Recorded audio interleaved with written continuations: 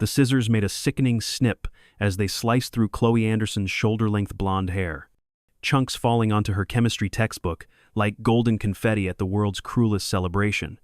The livestream counter on Jake Sullivan's phone climbed past 300 viewers as he held the camera steady, capturing every second of what he called "Welcome to Lincoln High." Farm girl, but Jake Sullivan had no idea that in exactly 10 minutes, those same scissors would be evidence in a Title IX investigation. The live stream he thought would make him a legend would instead become the smoking gun that destroyed his reputation, his scholarship, and his future. Because Chloe Anderson wasn't just any transfer student from rural Kansas.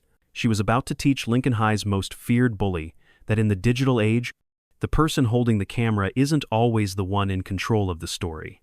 What happened next would split Lincoln High into two camps, those who stood with power and those who chose justice, and by the time the final bell rang that day, everyone would learn that sometimes the quietest person in the room is actually the most dangerous. Have you ever been underestimated because of where you came from or how much money your family had? Share your story in the comments. Sometimes knowing you're not alone is the first step to finding your strength.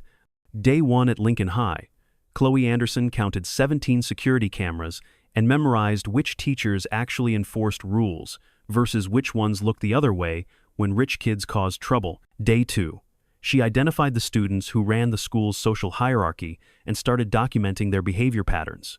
By day 6, she had enough evidence to destroy them all. She just needed them to make one big, public mistake.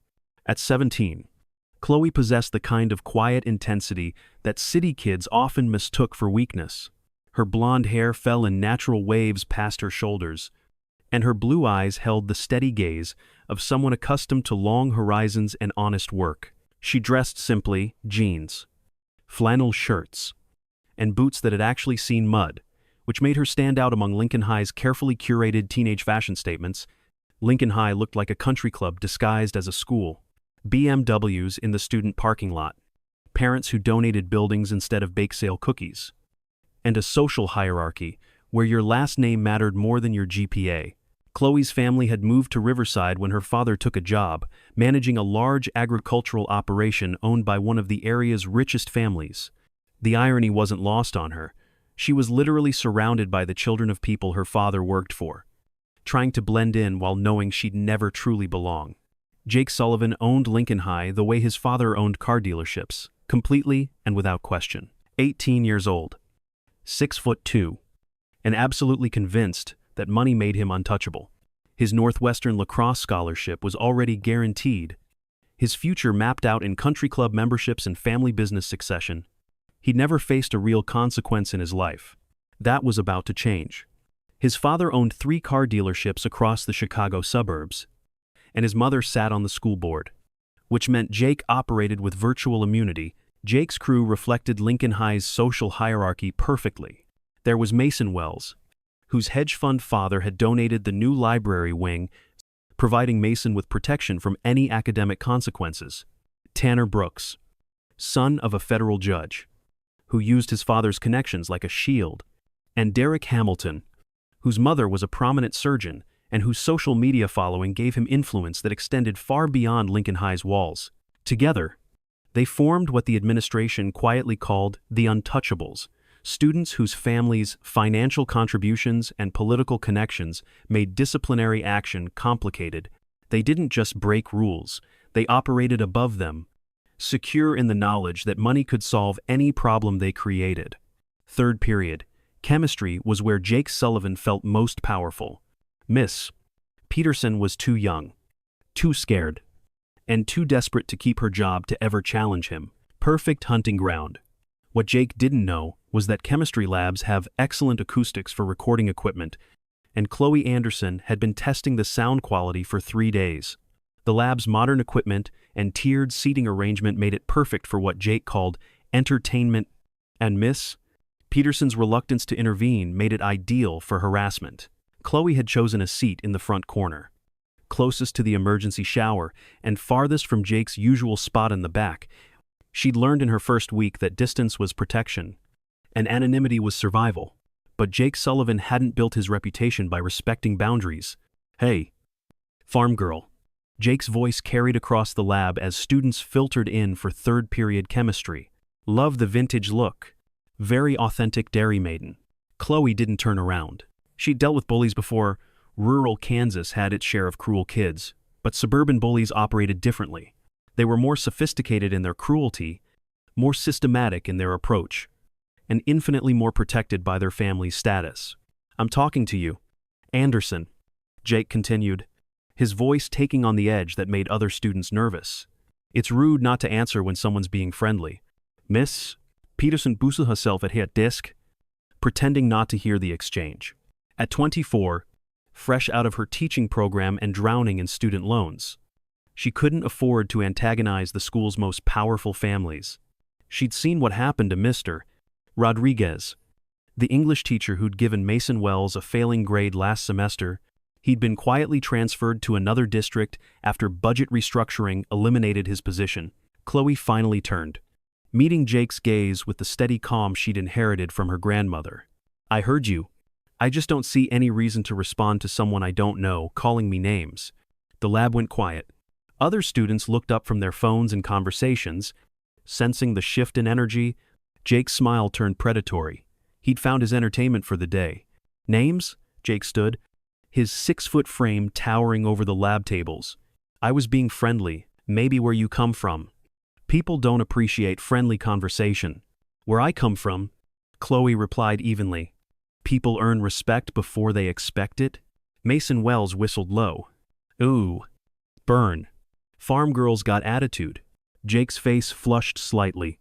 He wasn't used to resistance, especially not from scholarship students who should have been grateful for any attention from their social betters. "Attitude. Huh? Maybe someone needs to learn how things work around here." The threat hung in the air, like chemical fumes. "Miss?" Peterson looked up briefly, caught Jake's eye, and immediately looked back down at her papers. Other students shifted uncomfortably. Recognizing the signs of an impending Jake Sullivan production, Chloe returned her attention to her textbook. But she could feel the target settling on her back like a physical weight. She'd successfully avoided Jake's attention for 6 days. But that grace period was apparently over. Jake's first mistake was thinking he was hunting a mouse. The accidental chemical spill on Chloe's textbook, the clumsy bump that destroyed her notes, the casual threats disguised as friendly advice. He thought he was establishing dominance. What he was actually doing was creating evidence. Every accident was time-stamped, geotagged, and automatically uploaded to secure servers. Chloe's phone wasn't just recording. It was building a federal case. "Oops," he said loudly, accidentally bumping into Chloe's arm as she measured chemicals.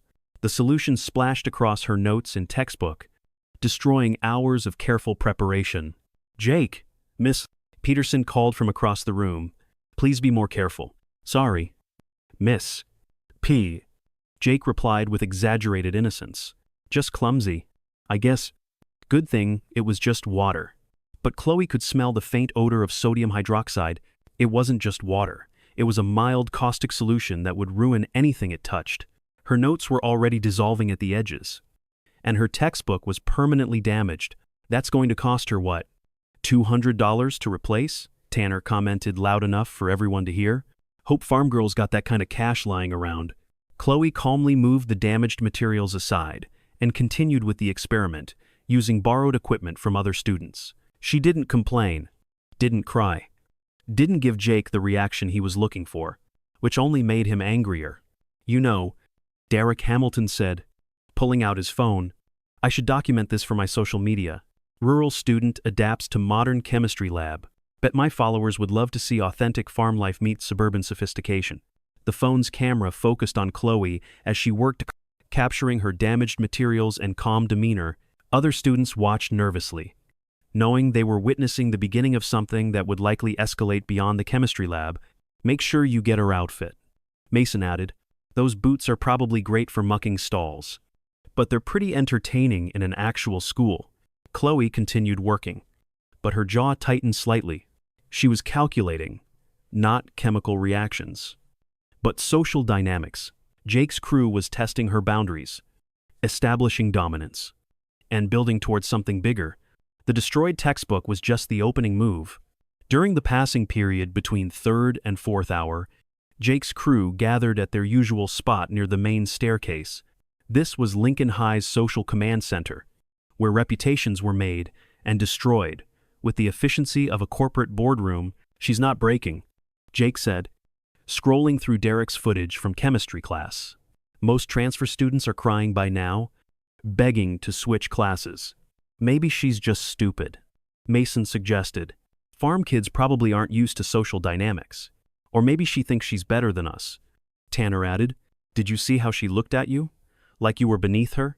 Derek, meanwhile, was analyzing the footage with the cold calculation of someone who understood viral content. This could actually be good content. Entitled "Farm Girl Refuses to Respect Local Students." Play up the outsider angle. Make it about cultural differences. Jake's eyes lit up. Derek's social media presence was significant. Over 50,000 followers across platforms, with connections to influencers throughout the Chicago suburbs. If Derek could spin this right, they could destroy Chloe's reputation before she'd even finished her first full week. "What are you thinking?" Jake asked. "Live stream," Derek replied immediately. "Something dramatic enough to go viral, but subtle enough that we can claim it was just teenage fun. If administrators ask questions, make her the villain in her own humiliation." The plan began forming with the precision of a military operation. Jake would provide the confrontation, Derek would handle the live stream and social media amplification, Mason would manage crowd control, and Tanner would watch for teachers and administrators. They chose their moment carefully. Fourth period. During Chloe's AP history class with Mr. Davidson, the classroom was on the second floor, with minimal foot traffic during class periods, but enough students present to provide an audience. Mr. Davidson was known for being easily distracted and reluctant to intervene in student conflicts. The setup was elegant in its simplicity. Derek started his live stream 15 minutes before the incident, building anticipation with his followers. "Getting ready for some entertainment at school?" he told his camera. "Lincoln High's about to get a lot more interesting." Jake entered the history classroom during the middle of Mr. Davidson's lecture on the Industrial Revolution. Carrying a hall pass from the nurse's office, "Sorry to interrupt," he said politely. "I need to talk to Chloe Anderson about her locker assignment. There's been a mix-up." Mr. Davidson, grateful for any interruption to break up his monotonous lesson, nodded quickly. "Of course. Chloe, please step into the hallway with Mr. Sullivan." This was the moment Chloe had been dreading since her first day at Lincoln High. She could feel the weight of 23 pairs of eyes watching her. Smartphones discreetly emerging from backpacks and purses, the classroom's energy shifted from boredom to anticipation, like an audience settling in for a show. "I don't have any locker issues," Chloe said quietly, not moving from her seat. "The office thinks differently," Jake replied with practiced authority. "They sent me specifically to get you." "Something about your lock combination being wrong?" Derek's phone was positioned perfectly in the back corner. Live stream, running with over 400 viewers already watching. The comments section was filling with anticipation. "Here we go. About time someone put her in her place. This is going to be good." Chloe looked at Mr. Davidson, hoping for adult intervention. But the teacher was already turning back to his PowerPoint presentation. She was on her own, just like she'd expected to be. "Fine," she said, gathering her books and standing slowly. "Let's get this over with." The hallway outside Mr. Davidson's classroom was lined with lockers and had a clear view down to the main staircase. It was public enough to attract witnesses, but isolated enough to avoid immediate teacher intervention, perfect for Jake's purposes. Derek followed them out, phone held casually at his side but positioned to capture everything. Mason and Tanner emerged from the bathroom across the hall, completing the circle around Chloe. "So," Jake began, his voice taking on the theatrical quality that meant he was performing for the camera. "We need to talk about respect." Farm Girl. What happened next unfolded with the horrifying efficiency of something carefully planned and repeatedly rehearsed. The scissors Jake pulled from his backpack weren't school supplies, they were fabric shears. Sharp enough to cut through denim. Stolen from the fashion design classroom that morning. He'd planned this. Derek's live stream was ready. 3 angles covered. Hashtags prepared. They thought they were creating entertainment. They were actually documenting assault with a deadly weapon on federal servers. "See? The thing about Lincoln High," Jake continued, slowly opening and closing the scissors for dramatic effect, is that we have standards, dress codes, social expectations, and your whole, he gestured vaguely at Chloe, authentic farm aesthetic isn't really working for us.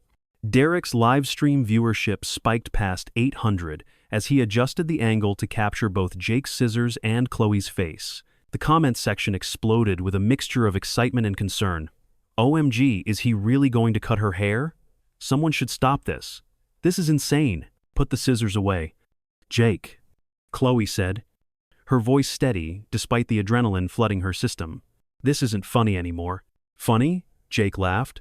A sound devoid of any actual humor. Who said anything about funny? This is about education, about learning your place in the social ecosystem. Mason and Tanner moved closer, boxing Chloe in against the lockers. Other students had begun emerging from nearby classrooms. Drawn by the commotion, word was spreading through the building with the speed that only high school gossip could achieve. Jake? Seriously. Chloe tried again, but her voice was beginning to show strain. You're going to get in trouble for this. Am I? Jake asked, looking directly into Derek's camera, because it seems to me like you're the one causing problems here. Creating disruption, making other students uncomfortable with your attitude. The scissors were getting closer to Chloe's hair, the metal glinting under the fluorescent hallway lights.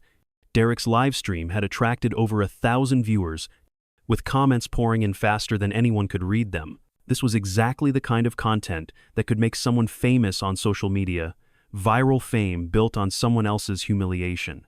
Last chance. Farm girl, Jake said, raising the scissors toward Chloe's blonde hair. Apologize for your attitude. Admit you don't belong here, and maybe we can work something out. But Chloe Anderson had been underestimated her entire life. City kids who assumed farm life meant ignorance. Teachers who expected rural students to be behind academically, administrators who saw her family's financial aid applications and assumed she was just another charity case. What none of them realized was that growing up on a farm had taught Chloe skills that had nothing to do with agriculture, like how to fix complex machinery using only basic tools, how to troubleshoot computer systems that controlled irrigation and feeding schedules, and most importantly, how to think 3 steps ahead of any problem. You know what, Jake? Chloe said, her voice suddenly calm in a way that made smart people nervous. Go ahead and cut my hair.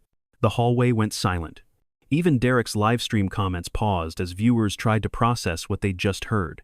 What? Jake asked, his confidence faltering for the first time. I said go ahead, Chloe repeated, louder this time. Cut my hair. But before you do, I want to make sure you understand something. She reached into her backpack and pulled out what looked like a simple smartphone, but Jake noticed it was positioned at an odd angle, almost like it was recording. Chloe finished his thought. I've been live streaming this entire interaction to my own social media accounts. Currently have about 1,500 viewers across 3 platforms. Derek's face went white as he realized the implications. His followers were watching his live stream of what they thought was a prank. But Chloe's followers were watching what looked very much like an assault with a weapon, but that's not the best part, Chloe continued, her farm girl accent suddenly much less pronounced. See, what you didn't know about me is that my dad doesn't just manage farms. He manages the digital infrastructure for agricultural operations, taught me a few things about computers and networks. She touched her phone screen, and suddenly every student's device in the hallway began buzzing with notifications. I've been documenting everything since my first day here, Chloe explained as Jake's crew looked at their phones in growing horror. Every instance of harassment, every threat, every accident in chemistry class, all automatically uploaded to a secure server with timestamps and metadata.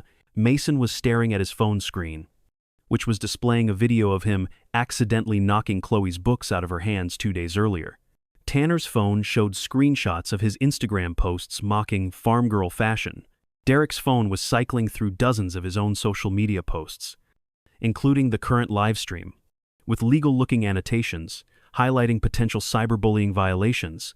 The really interesting part, Chloe continued, is how your phone's GPS data correlates with my location data every single time something accidentally happened to me. Amazing how technology can establish patterns, isn't it? Jake's hand was trembling slightly as he held the scissors, no longer sure if he was the predator or the prey in this situation. You're bluffing. Nobody's going to care about some farm girl's complaints. Maybe not, Chloe agreed, but they might care about a federal Title IX investigation, or a cyberbullying case, with documented evidence and hundreds of witnesses, or a wealthy school district trying to cover up systematic harassment because the perpetrator's parents are major donors. She tapped her phone again, and Jake's own livestream comments began changing. Someone, Chloe, he realized, was providing context for what viewers were watching. Suddenly, the comments weren't cheering for entertainment. They were expressing outrage at what they recognized as planned harassment. How did you? Derek started to ask, then stopped, as he realized his own live stream was somehow being broadcast with additional audio commentary, explaining the context of what viewers were seeing. Farm kids learn to be resourceful, Chloe explained.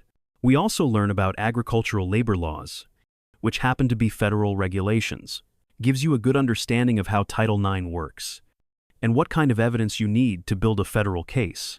The hallway was filling with more students, drawn by the commotion and the fact that half the school's phones were simultaneously buzzing with notifications. Teachers were beginning to notice the crowd, and Chloe could see Mr. Davidson's bald head bobbing above the group as he tried to figure out why his classroom was emptying into the hallway. So here's what's going to happen, Chloe said, her voice carrying the authority of someone who just revealed they held all the cards. You're going to put those scissors away.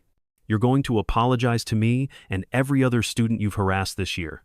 And you're going to hope that your parents' lawyers are better than the federal prosecutors who specialize in civil rights violations in educational settings. Jake's face had gone through several shades of red and was settling on a pale green that suggested he was beginning to understand the magnitude of his mistake. The scissors were still in his hand, but they were no longer a weapon. They were evidence. This isn't over, he said weakly, but even he didn't sound convinced.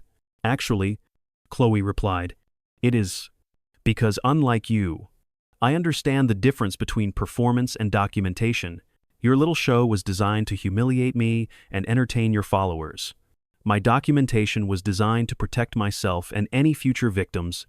She held up her phone, showing the screen to Derek's still running live stream, currently broadcasting to about 3,000 viewers across multiple platforms, with automatic backups to cloud servers that your parents' money can't touch. Every word, every threat, every moment of this interaction is now part of a permanent record. The sound of rapid footsteps echoed down the hallway as Principal Walsh rounded the corner, followed by 2 security guards and what looked like half the school's administrative staff. Someone had clearly alerted them to the situation.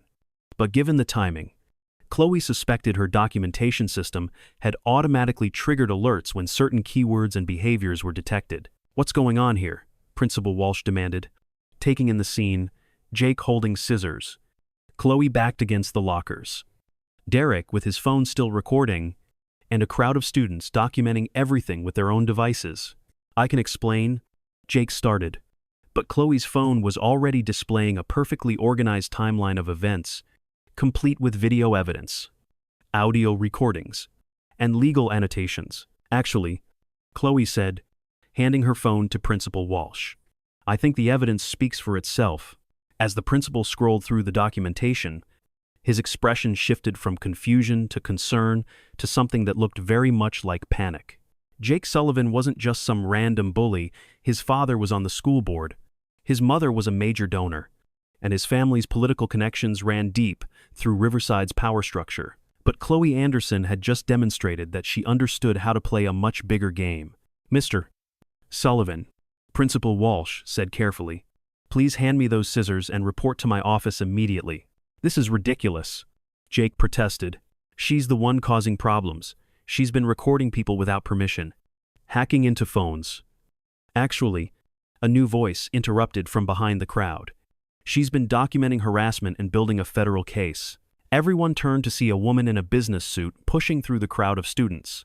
She was tall, professional, and carried herself with the kind of authority that made administrators nervous. And who are you? Principal Walsh asked. Patricia Anderson, the woman replied, Chloe's mother. Also, an attorney specializing in civil rights and educational law. I got here as soon as my daughter's automated alert system notified me that she was being threatened with a weapon on school property. The hallway had gone completely silent, except for the continued buzzing of phones as more students received notifications about what was happening.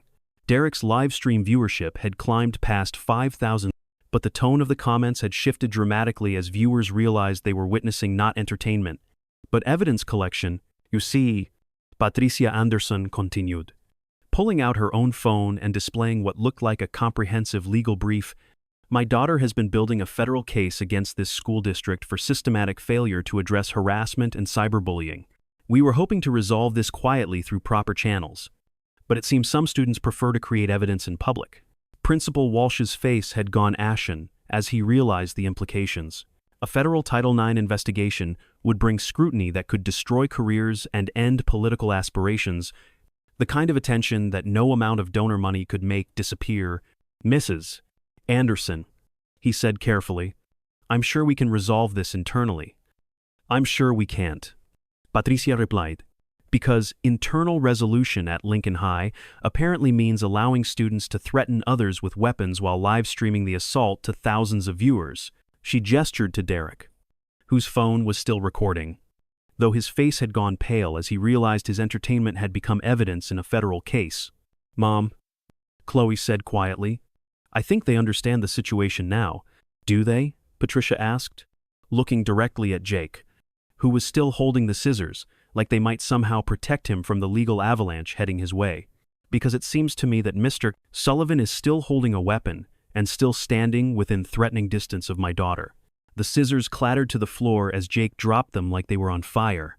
The sound echoed through the hallway with the finality of a judge's gavel. That's better, Patricia said. Now, Principal Walsh, I believe you have a school to secure and some phone calls to make. Federal investigators will be very interested in your response to this situation. As security guards escorted Jake, Derek, Mason, and Tanner toward the administrative offices, other students began to understand what they had just witnessed. This wasn't just another bullying incident that would be quietly swept under the rug. This was the beginning of something that would change Lincoln High permanently. Chloe's phone continued to buzz with notifications as her documentation system automatically compiled and organized evidence, cross-referencing incidents with dates, times, and witnesses. The technology that had seemed like simple social media had revealed itself to be a sophisticated legal tool. How long have you been planning this? Derek asked as they walked toward the office, his voice barely audible. Since my first day here, Chloe replied. Rural doesn't mean stupid, Derek. It just means prepared. Behind them, students were pulling out their own phones, scrolling through social media posts and text messages, beginning to realize how much evidence they might have unwittingly created. The power dynamics at Lincoln High were shifting in real time, and everyone could feel it. Principal Walsh walked alongside Patricia Anderson, their conversation too quiet for students to hear, but urgent enough that everyone understood careers were being discussed. The federal investigation that had seemed like a distant threat minutes earlier was now an immediate reality. Mrs. Anderson, Principal Walsh was saying, surely there's a way to handle this that doesn't involve federal oversight. There was, Patricia replied. It involved actually addressing harassment when it was reported, instead of protecting donors' children.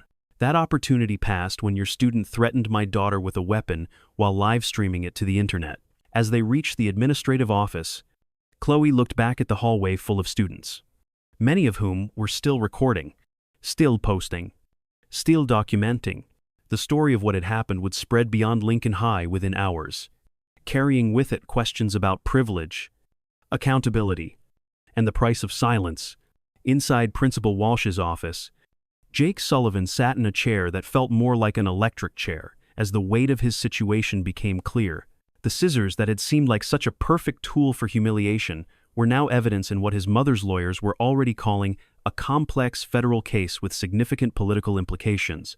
Chloe sat across from him, her phone still recording, still documenting, still building the case that would reshape not just Lincoln High, but every school district in Illinois that prioritized donor comfort over student safety. Mr. Sullivan, Principal Walsh began, but was interrupted by Patricia Anderson before anyone says anything. Patricia said, "I want to ensure you understand that this conversation is being recorded and will be part of our federal filing. Every word, every gesture, every attempt to intimidate or silence my daughter will be documented and preserved." Jake's face crumbled as he finally understood that this wasn't a situation his family's money could solve. The live stream, the threats, the systematic harassment, it was all documented, all admissible, all going to destroy everything he'd thought his future held. But what he didn't know yet was that Chloe's documentation system had been running for 6 days, cataloging not just his behavior, but the behavior of every student and staff member at Lincoln High. The scissors incident was just the tip of an iceberg that would sink careers, end political aspirations, and send several people to federal prison. Because farm girls might be underestimated, but they're never unprepared. And in exactly 10 minutes, Jake Sullivan would learn that the person holding the camera isn't always the one controlling the story. The real shock hasn't even happened yet. What Chloe revealed in that hallway was just the beginning of something that would shake Lincoln High to its foundation. But when her phone rang at exactly 11:45 a.m. with a call that would change everything, everyone realized they had drastically underestimated exactly who they were dealing with. The office felt smaller with each passing minute. As the true scope of the situation became clear, Jake Sullivan sat rigid in his chair. Watching his phone buzz incessantly with notifications, he was afraid to check. Derek's livestream had been automatically saved and shared across multiple platforms, creating a digital paper trail that stretched far beyond Lincoln High's ability to contain. Principal Walsh attempted to regain control of the narrative. "Now, I think we can all agree that this situation got out of hand, but surely we can find a reasonable resolution that works for everyone." "Mr. Walsh," Patricia Anderson interrupted, her voice carrying the authority of someone who'd spent years in federal courtrooms. "Let me be very clear about what everyone means in this context. It means every student who's been harassed, every parent who's been ignored when they reported bullying, and every federal prosecutor who's been waiting for exactly this kind of documented evidence." Chloe's phone chimed softly, and she glanced at the screen. "Actually, we're about to have more company." Chloe's phone buzzed with a text that made her smile for the first time all day. "Title IX coordinator en route. Campus police notified. This is exactly what we needed." The message was from her mother's law firm. Patricia Anderson hadn't just been waiting for this call, she'd been preparing for it since Chloe's first day at Lincoln High. "Miss Anderson?" The voice on speaker was crisp, professional, and carried the weight of federal authority. "This is Special Agent Sarah Mitchell with the FBI's Civil Rights Division. We've been monitoring the live stream and social media documentation of the incident at Lincoln High School. We need to speak with you immediately." Principal Walsh's face went white. Derek, who had been sitting quietly in the corner, began to visibly shake as he realized his entertainment had attracted federal attention. "Agent Mitchell," Patricia Anderson responded, "my daughter and I are currently in the principal's office with the perpetrators and school administration. Would you like us to secure the scene?" "Negative. We're already en route. Do not allow anyone to leave the building or destroy any electronic devices. This is now a federal investigation into civil rights violations, cyberbullying, and conspiracy to deprive individuals of their constitutional rights." The line went quiet for a moment before Agent Mitchell continued. "Miss Chloe Anderson, your documentation system has provided us with more evidence than we typically see in cases that take months to build. We're very impressed with your thoroughness." Jake's voice cracked as he spoke for the first time since entering the office. "This can't be happening. It was just a prank. We were just having fun." "Mr. Sullivan," Agent Mitchell's voice carried through the speaker with Arctic coldness. "Threatening someone with a weapon while live streaming it to thousands of viewers isn't a prank. It's assault with a weapon, cyberbullying, and conspiracy to violate civil rights. You're looking at federal charges." As they waited for federal agents to arrive, Chloe's phone continued to compile evidence with mechanical precision. The scope of her documentation system finally became clear to everyone in the room. 6 days. Chloe explained to the stunned faces around her. "I've been documenting systematic harassment not just against me, but against every vulnerable student at Lincoln High for 6 days. Did you know that scholarship students are 3 times more likely to be disciplined than donor children, even when the evidence clearly shows the donor children were the aggressors? She pulled up spreadsheets, charts, and correlation analyses that would have impressed college researchers. 37 documented incidents of harassment, 14 cases of destroyed property, 8 instances of physical assault, all targeting students from lower-income families, all ignored by administration. Principal Walsh stammered. That's not. We investigate every complaint. Do you? Patricia Anderson asked, producing a thick folder from her briefcase. Because we have documentation showing that complaints against donor families' children are typically classified as misunderstandings or miscommunications rather than disciplinary issues. Derek was staring at his phone in horror as he realized his entire social media presence was being dissected by federal investigators. They can't use my posts as evidence. Those are private. Actually, Chloe replied, public social media posts with timestamps, geolocation data, and documented harassment patterns are excellent evidence, especially when they correlate with physical incidents and show premeditation. Mason Wells, who had been silent until now, finally broke. Jake, you said nothing would happen. You said your dad would handle it. You said, shut up, Jake snapped, but his voice lacked any of its earlier authority. The golden boy who had ruled Lincoln High with impunity was crumbling in real time. The arrival of FBI agents transformed Principal Walsh's office into a crime scene. Agent Sarah Mitchell was exactly what Chloe had expected: professional, thorough, and completely unimpressed by Lincoln High's atmosphere of privilege. Miss Anderson, Agent Mitchell said, your documentation is the most comprehensive evidence package we've seen in a civil rights case involving minors. The technical sophistication suggests extensive preparation. My dad taught me to document everything, Chloe replied. On farms, you track weather patterns, soil conditions, equipment performance. It's not that different from tracking harassment patterns, social dynamics, and institutional responses. Agent Mitchell turned to Jake and his crew. Gentlemen, you have the right to remain silent, and I strongly suggest you exercise that right. Anything you say from this point forward will be part of a federal investigation. The exact moment Jake Sullivan's world ended was 12:07 p.m. when his phone buzzed with a notification from Northwestern University. Scholarship offer rescinded pending investigation of criminal charges. Then his father's text. Lawyers say federal assault charges can't be bought off. You're on your own. Then his mother, don't come home tonight. 18 years of privilege evaporated in 3 text messages. The golden boy who'd never heard the word no was learning that money couldn't buy innocence. Connections couldn't erase evidence. And some mistakes follow you forever. Please, he whispered. I'll do anything. I'll apologize. I'll transfer schools. My parents will donate more money. Mr. Sullivan, Agent Mitchell said firmly, federal civil rights violations cannot be resolved with apologies or donations. Your actions today, combined with the documented pattern of harassment, constitute serious federal crimes. Derek was openly sobbing now, his phone clutched in shaking hands. My followers, my scholarship, my future. The live stream that was supposed to make him famous had indeed made him notorious, but not in the way he'd intended. Thousands of viewers had witnessed federal agents discussing criminal charges against teenagers, creating a viral moment that would follow them forever. Mason Wells was the first to completely break down.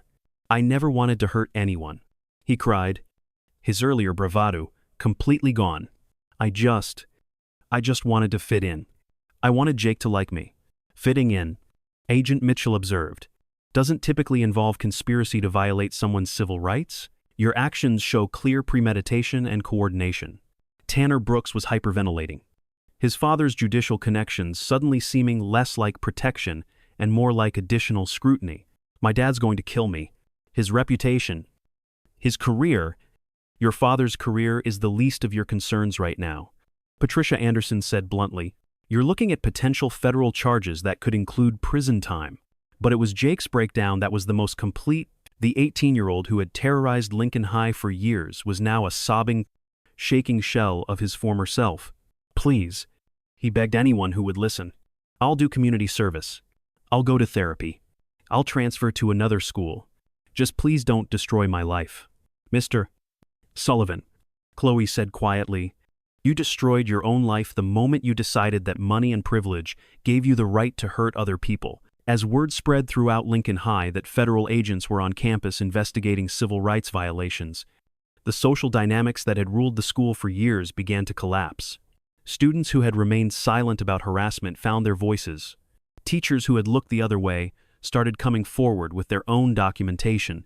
Agent Mitchell's phone buzzed constantly with new reports. "Miss Anderson, your case has opened floodgates. We're receiving reports of similar harassment patterns dating back 3 years." By 1 p.m., 17 more students had come forward with evidence. Emma Martinez showed security footage of Mason Wells destroying her art project. David Kim had screenshots of Derek Hamilton's private group chat planning coordinated harassment. Sarah Thompson had medical records from the accident that broke her wrist during Tanner Brooks's prank. Chloe's case had opened floodgates. 3 years of covered-up incidents were spilling into federal evidence files. Principal Walsh wasn't just losing his job. He was facing criminal charges for systematically ignoring civil rights violations. Board members who had quietly buried complaints were suddenly facing federal scrutiny.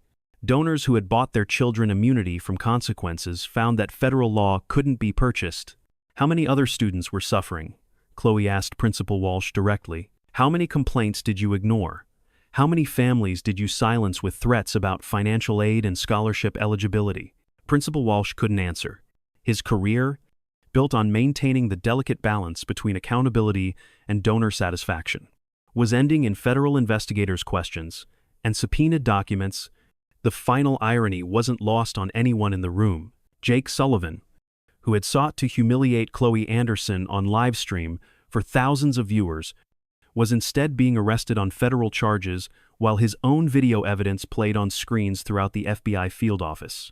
The beauty of documentation, Agent Mitchell explained to the gathered students, is that it removes opinion and bias from the equation. Video evidence, audio recordings, timestamped messages, geolocation data, these things don't lie. Derek's social media empire, built on the suffering of others, was being dismantled by the same technology he'd used to create it. Federal investigators were tracing connections between his content and harassment incidents across multiple school districts. "You wanted to be famous?" Chloe told him as agents prepared to escort him out. "Congratulations. You're going to be a case study in federal textbooks about cyberbullying and civil rights violations." As federal agents led Jake, Derek, Mason, and Tanner out of Lincoln High in handcuffs, Chloe Anderson stood in the hallway where it had all begun. Students who had been too afraid to speak up were finally finding their voices. Teachers who had been silenced by administrative pressure were coming forward with their own evidence. "Miss Anderson," Agent Mitchell said, "your courage and preparation have probably prevented dozens of other students from experiencing what you went through. The federal investigation will ensure that Lincoln High and other schools like it can never again protect harassers because of their family's wealth." Chloe looked out the window at the news vans already gathering in the parking lot. The story would be national news within hours. Rural students' documentation exposes elite schools' civil rights violations. But more importantly, it would be a warning to every school administrator who had ever chosen donor comfort over student safety. Her phone buzzed with a message from her father. "Proud of you, sweetheart. Justice isn't always popular, but it's always right." The transformation started within hours. By 3 p.m. that day, 3 board members had resigned. By Friday, the district had hired an independent Title IX coordinator. By the end of the month, Lincoln High was operating under federal oversight with zero-tolerance policies that applied equally to everyone, scholarship students and donor children alike. Jake Sullivan's 6-second video had accidentally created the most comprehensive evidence file in Illinois education history.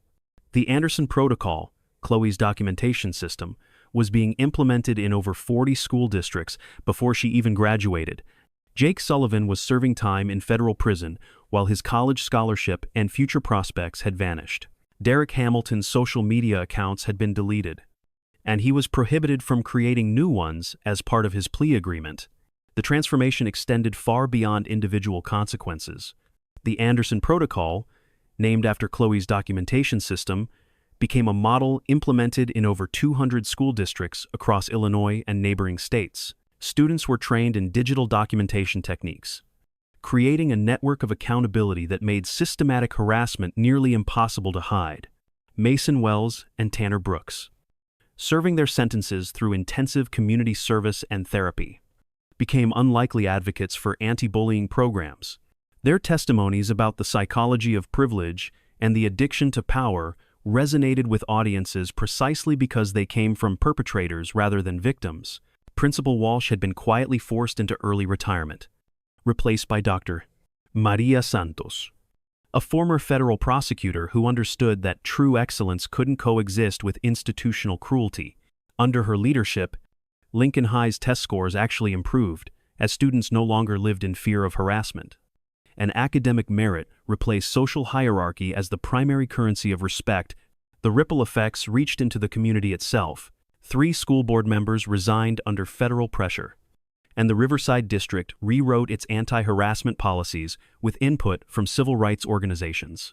Parents who had once protected their children's cruelty were forced to confront the federal consequences of their enabling actions. Chloe's story inspired documentation efforts nationwide. The hashtag number #DocumentEverything became a rallying cry for students facing harassment. While her technical tutorials on evidence collection garnered millions of views, she received scholarship offers from 12 universities, ultimately choosing Northwestern, ironically, the same school that had rescinded Jake's admission after his conviction. But perhaps the most profound legacy was cultural. Lincoln High had once operated on the principle that wealth bought immunity from consequences. Now it functioned on the understanding that documentation was democratized power and that every student, regardless of their family's financial status, had the tools to demand justice. The scissors that were meant to cut Chloe down to size had instead cut through the culture of protected privilege that had poisoned Lincoln High for years. And Chloe Anderson, the quiet farm girl who was supposed to be grateful for scraps, had instead served a feast of justice that would nourish positive change for years to come. Her final message to students facing similar situations was simple but powerful: document everything. Trust the evidence. And never forget that the person trying to cut you down is usually terrified of how tall you might grow. Sometimes the person holding the camera isn't the one controlling the story. Sometimes the quietest person in the room is actually the most powerful, and sometimes underestimating someone is the most expensive mistake you'll ever make. The bullies had cut the new girl's hair in class. 10 minutes later, they were crying in the office, realizing that their reign of terror was over forever.